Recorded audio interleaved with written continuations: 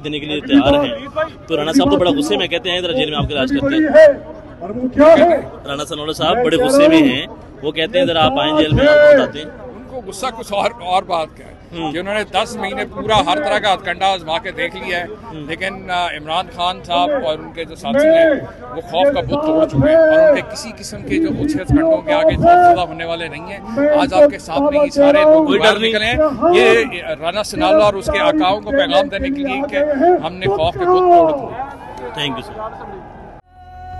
फसीले शहर से बाहर बुला के मारा गया, सभी के सामने इबरत बना के मारा गया।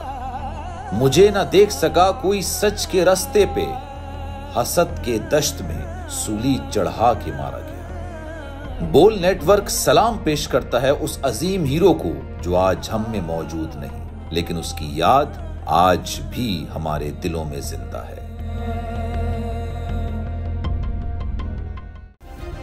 सब्सक्राइब करें और बेल दबाएं ताकि कोई खबर रह न जाए।